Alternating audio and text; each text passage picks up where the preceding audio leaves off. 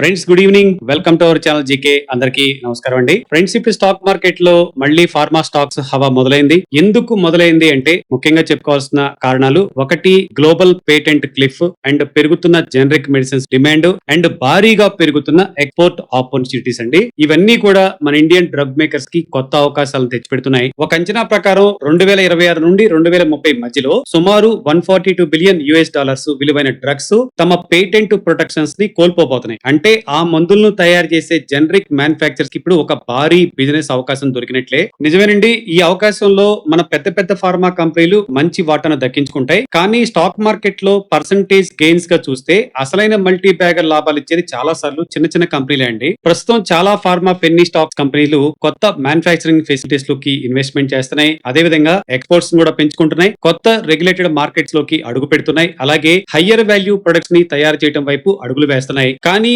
వీటన్నింటిలోనూ అన్ని కంపెనీలు సక్సెస్ అవ్వకపోవచ్చు. కానీ కొన్ని కంపెనీలు మాత్రం చాలా సైలెంట్ గా తమ బ్యాలెన్స్ షీట్స్ ని బలోపేతం చేసుకున్నాయి, ప్రాఫిటబిలిటీని పెంచుకుంటున్నాయి. అంతేకాదు వాటి యొక్క స్టాక్ ధరలు చూపిస్తున్న దానికంటే చాలా రేట్లు బలమైన బిజినెస్ ని ఇవి బిల్డప్ చేశాయి. అలాంటి 3 అద్భుతమైన ఫార్మా పెన్నీ స్టాక్స్ ఏంటో, మీరు ఖచ్చితంగా మన వాచ్ లిస్ట్ లో పెట్టుకోవాల్సిన 3 స్టాక్స్ ఏంటో ఈ వీడియోలో డీటెయిల్ గా మాట్లాడుకుందాం అండి. వీడియోని ఎండ్ వరకు చూసి మీ అభిప్రాయాన్ని కూడా కామెంట్ లో తెలియజేయండి. మన ఈ లిస్ట్ లో మొదటి స్టాక్ మోర్ఫిన్ ల్యాబ్ అండి. గత 20 సంవత్సరాలుగా ఈ స్టాక్ ను మనం ఫాలో అప్ చేస్తూనే ఉన్నాం. మోర్ఫిన్ ల్యాబ్స్ గత 4 దశాబ్దాలుగా తమ API active pharmaceutical ingredients business ని చాలా స్ట్రాంగ్ గా బిల్డప్ చేసింది. అదే సమయంలో medical devices and home diagnostics వైపు కూడా తమ బిజినెస్ ని వీళ్ళు క్రమంగా ఎక్స్పాండ్ చేస్తున్నారు. ప్రస్తుతం ఈ కంపెనీకి 2 వేరు గ్రోత్ ఇంజిన్స్ ఉన్నాయి. ఒకటి తమ ఏపీఐ అండ్ కాంట్రాక్ట్ మ్యానుఫ్యాక్చరింగ్ ద్వారా గ్లోబల్ గా ఉన్న పెద్ద పెద్ద ఫార్మాస్యూటికల్ కంపెనీస్ కి సేవలు అందించడం. రెండవది మన దేశంలో వేగంగా పెరుగుతున్న కన్జ్యూమర్ హెల్త్ కేర్ మార్కెట్ ని టార్గెట్ చేయడం. వీళ్ళ నెక్స్ట్ గ్రోత్ అంతా కూడా ఫ్రెండ్స్ తమ బిజినెస్ మిక్స్ లో వస్తున్న మార్పుల నుండి రాబోతుంది. కేవలం ఒక ట్రాన్సాక్షన్ లాగా జరిగే ట్రాన్సాక్షన్ డ్రివెన్ ఏపీఐ సేల్స్ నుండి బయటపడి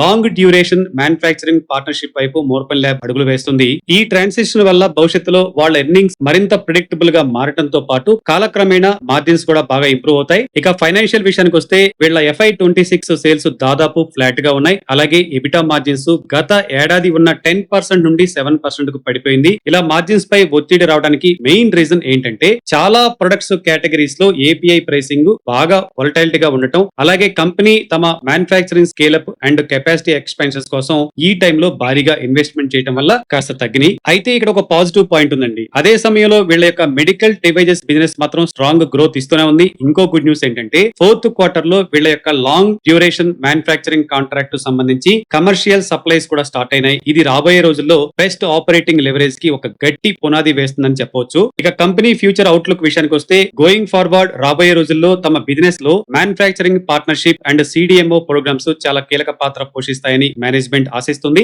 రీసెంట్ గా మోర్ఫిన్ సుమారు 823 crores విలువైన ఒక మల్టీ ఇయర్ మ్యానుఫ్యాక్చరింగ్ మ్యాండేట్ ని కూడా సొంతం చేసుకుంది. దానికి తగ్గట్టుగానే తమ ప్రొడక్షన్ కెపాసిటీ ప్రస్తుతం ఉన్న 500 KL నుండి మీడియం టర్మ్ లో 800 KL కి అండ్ తర్వాత లాంగ్ టర్మ్ లో 1000 KL కి ఎక్స్పాండ్ చేయాలని ప్లాన్ చేస్తుంది. అదే విధంగా వాళ్ళ కెపాసిటీ యూటిలైజేషన్ ఇంప్రూవ్ అయ్యే కొద్దీ వాళ్ళ యొక్క రెవెన్యూ మిక్స్ అంతా కూడా ఈ లాంగ్ డ్యూరేషన్ కాంట్రాక్ట్ వైపు షిఫ్ట్ అయ్యే కొద్దీ తమ ఎబిటా మార్జిన్స్ ప్రస్తుతం ఉన్న 10 to 11% రేంజ్ నుండి ఏకంగా 20% పైగా చేరుకుంటాయని కంపెనీ ఆశిస్తుంది. వాల్యుయేషన్ పరంగా చూస్తే ప్రస్తుతం స్టాక్ 46 PE అరౌండ్ ట్రేడ్ అవుతుందండి. కరెంట్ మార్కెట్ లో స్టాక్ అయితే ఇప్పుడు 63 అరౌండ్ ట్రేడ్ అవుతుంది. 52 వీక్స్ అయింది స్టాక్ జస్ట్ 4.88% మాత్రమే పడిపోయి. నెక్స్ట్ మన లిస్ట్ లో రెండో స్టాక్ మెడికో రెమెడీస్ అండి. ఈ మెడికో రెమెడీస్ అనేది ప్రధానంగా branded generics, contract manufacturing and exports పై ఫోకస్ చేసే ఒక ఫార్మాస్యూటికల్ ఫార్ములేషన్ కంపెనీ. వీళ్ళు క్రమంగా regulated and semi regulated markets లో తమ ఉనికిని పెంచుకుంటున్నారు. కానీ నిజం చెప్పాలంటే వీళ్ళ గ్రోత్ కి అసలైన డ్రైవర్ మాత్రం ఎక్స్పోర్ట్స్ మాత్రమే అండి. మీకు తెలుసా అండి, మార్చి 2026 క్వార్టర్ లో వీళ్ళ యొక్క టోటల్ రెవెన్యూలో ఏకంగా 95% కంటే ఎక్కువ వాటా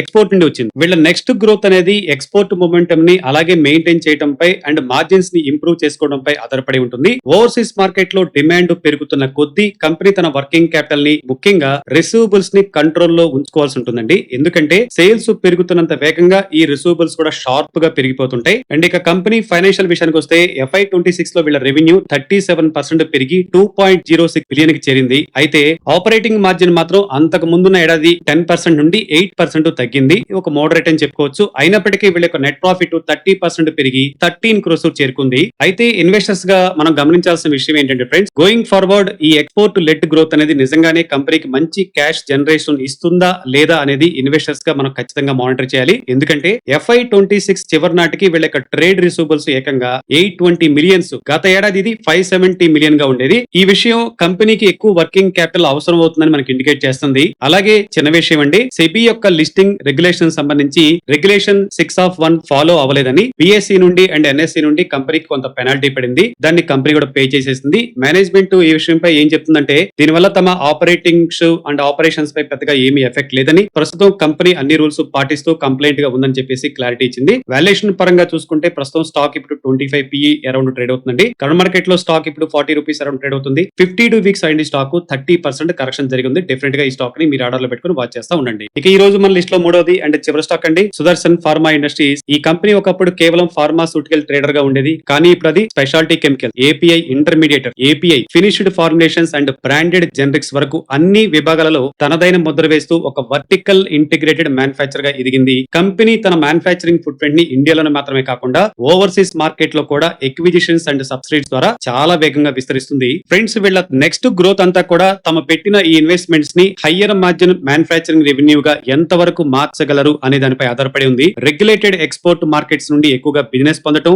ఏపీఐ మ్యానుఫ్యాక్చరింగ్ ని ఎక్స్పాండ్ చేయడం, అలాగే కొత్తగా కొనుగోలు చేసిన ఫెసిలిటీస్ ని ఉపయోగించుకుని స్కేల్ ని పెంచడంపై మేనేజ్మెంట్ ఫోకస్ పెట్టింది. ఇక కంపెనీ ఫైనాన్షియల్ విషయానికి వస్తే FY26 లో వీళ్ళ రెవెన్యూ మార్చ్ 2025 లో 505 crore నుండి మార్చ్ 2026 కి 703 crore కి బాగా పెరిగింది. అయితే ఆపరేటింగ్ ప్రాఫిట్ మార్జిన్ మాత్రం అంతకు ముందున్న ఏడాదితో 8% నుండి కాస్త 7% తగ్గింది. ఈ ఏడాదిలో కంపెనీ సృజన్ లైఫ్ సైన్సెస్ నుండి మ్యానుఫ్యాక్చరింగ్ అసెట్స్ ని అక్వైర్ చేయడం, మన హైదరాబాద్ లోని ఏపీఐ ఫెసిలిటీస్ ని ఎక్స్పాండ్ చేయడం అండ్ ఫాల్గర్ లోని ఫార్ములేషన్ యూనిట్ ని స్ట్రెంగ్థెన్ చేయడం వంటి పనులు చేపట్టింది. అంతేకాకుండా GMP అండ్ ISO 9001 2015 సర్టిఫికేట్ కూడా సాధించింది. కంపెనీ ఫ్యూచర్ ప్లాన్స్ విషయానికి వస్తే వీళ్ళ ఎక్స్పోర్ట్స్ రాబోయే రోజుల్లో బిజినెస్ కి ఒక ప్రధాన ఆదాయ వనరుగా మారుతుందని ఆశిస్తున్నారు.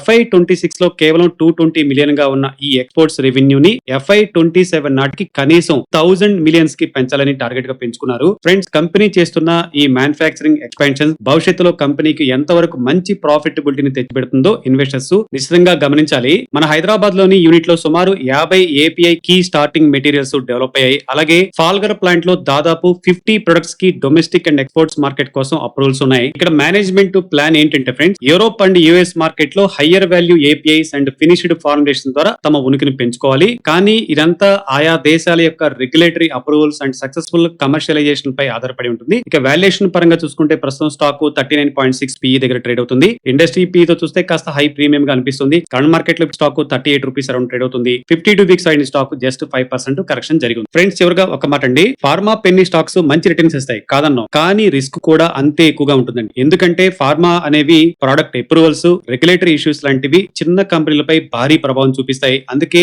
కేవలం తక్కువ ధర చూసి ఇన్వెస్ట్మెంట్ చేయొద్దు. కంపెనీ యొక్క strong balance sheet, regulated markets లో వీరి యొక్క ఉనికి అండ్ మంచి క్యాష్ ఫ్లోస్ ఉన్న బిజినెస్ కే ప్రయారిటీ ఇవ్వండి. డిసిప్లైన్ మేనేజ్మెంట్ ఉన్న కంపెనీలే లాంగ్ టర్మ్ లో రియల్ వెల్త్ క్రియేట్ చేస్తాయి. ఇక్కడ మనం చూసిన ఈ 3 కంపెనీలకు ఫార్మా ఇండస్ట్రీలో మంచి గ్రోత్ అవకాశాలు కనపడుతున్నాయి. కానీ ఏదైనా ఇన్వెస్ట్మెంట్ చేసే ముందు ఖచ్చితంగా డూ యువర్ ఓన్ రీసెర్చ్ అండి. వాల్యుయేషన్స్ ని గమనించండి. సైజ్ కంటే క్వాలిటీకి ఎక్కువ ఇంపార్టెంట్ ఇవ్వండి. ఫ్రెండ్స్, ఈ వీడియో మీకు హెల్ప్ అయితే లైక్ చేయండి. మన ఛానల్ ని సబ్స్క్రైబ్ చేసుకోవడం అస్సలు మర్చిపోద్దు. మరో మార్కెట్ ఇన్సైట్స్ తో మరలా కలుద్దాం. Thanks for watching.